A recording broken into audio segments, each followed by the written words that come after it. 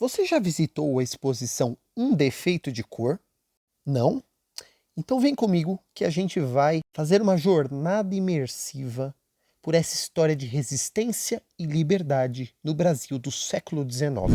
Essa mostra ela foi inspirada no livro de romance da Ana Maria Gonçalves, que tem o mesmo nome, Um Defeito de Cor, que narra a trajetória de Kehinde, uma mulher africana escravizada que reconstrói a sua vida no Brasil enquanto busca pela liberdade.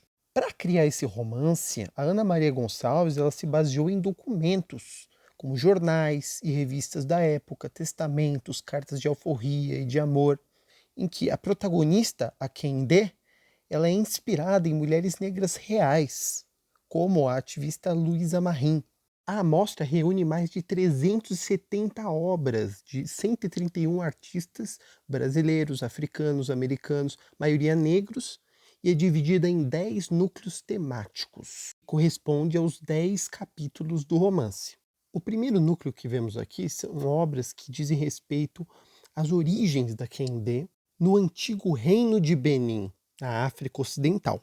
Lá ela tinha uma irmã gêmea. Na cultura iorubá, os gêmeos são divinizados nos orixás Ibejis.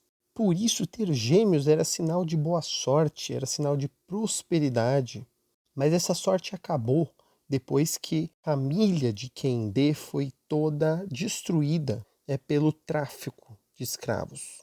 E aqui diversas obras representam a tragédia dos navios tumbeiros, que eram onde morriam milhares de africanos que tinham sido sequestrados, tirados à força de suas raízes para viver em condições desumanas dentro de navios, sendo castigados, torturados, e aqueles que sobreviviam chegavam do outro lado do Atlântico para trabalhar na América como escravos até morrer.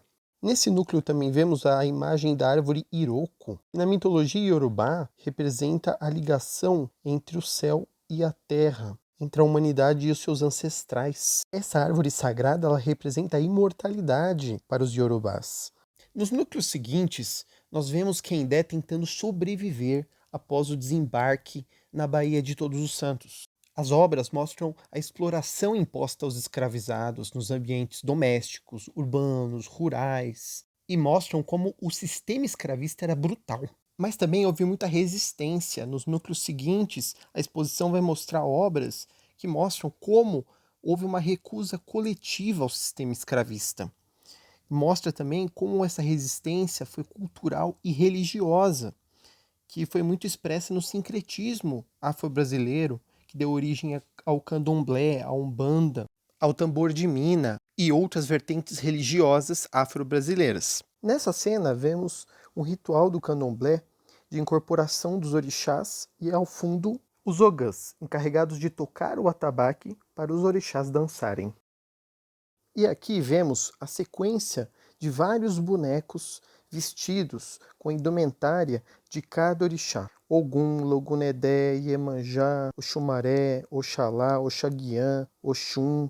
Cada um deles representa uma qualidade, uma força da natureza. Mas não só, essas qualidades também estão em cada pessoa, segundo a crença. Por isso, cada um seria filho de um orixá.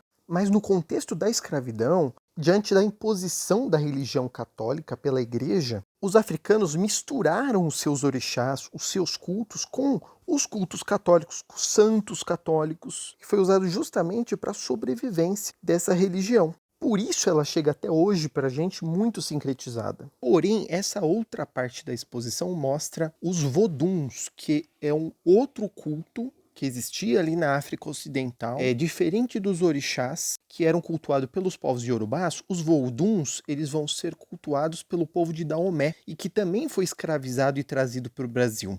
Daí que no Maranhão vai ser fundado a Casa das Minas, e lá vai continuar o seu culto aos voduns, fundando o tambor de mina, que é uma religião muito popular no Nordeste. E tem ainda uma terceira vertente, que é o culto dos inquices, ancestrais espirituais que são incorporados nos rituais, e que foi trazido por africanos que vêm da nação Congo-Angola. A exposição ela explora bem essa diversidade de cultos de matriz africana que existem aqui no Brasil.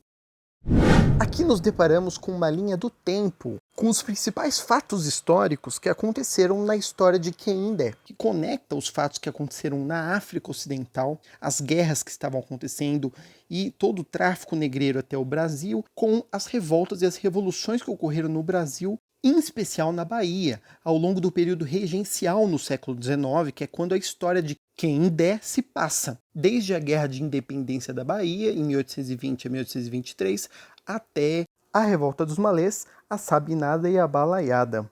A Revolta dos Malês, em especial, que teve a participação de Canindé, ela é muito interessante porque envolveu africanos islamizados chamados Imalês, no idioma Yorubá, ou Mussurumim, no idioma Hausa. Os malês foram derrotados numa guerra na Nigéria e vendidos como escravos para o tráfico negreiro. Chegando aqui no Brasil, ganharam fama de insubmissos, de rebeldes, principalmente em Salvador, onde eles eram mais numerosos, e se organizavam a partir da identidade que eles tinham enquanto muçulmanos e que eram alfabetizados em árabe.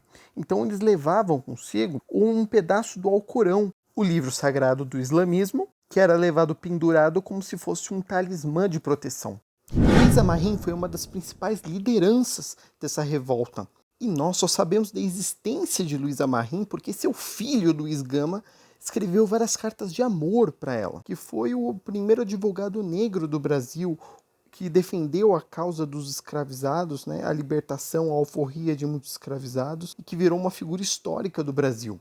Ele não chegou a ver a abolição, ele morreu 4 anos antes, de 1888. Mas o seu legado de luta por justiça na causa dos negros deu uma enorme contribuição para a libertação. Aqui na exposição podemos assistir o ator Lázaro Ramos interpretando as cartas de Luiz Gama para sua mãe Luísa Marim, e também podemos ver ele ao lado de símbolos de Xangô, que é um orixá ligado à justiça da cultura iorubá, muito presente nas religiões Candomblé e Umbanda.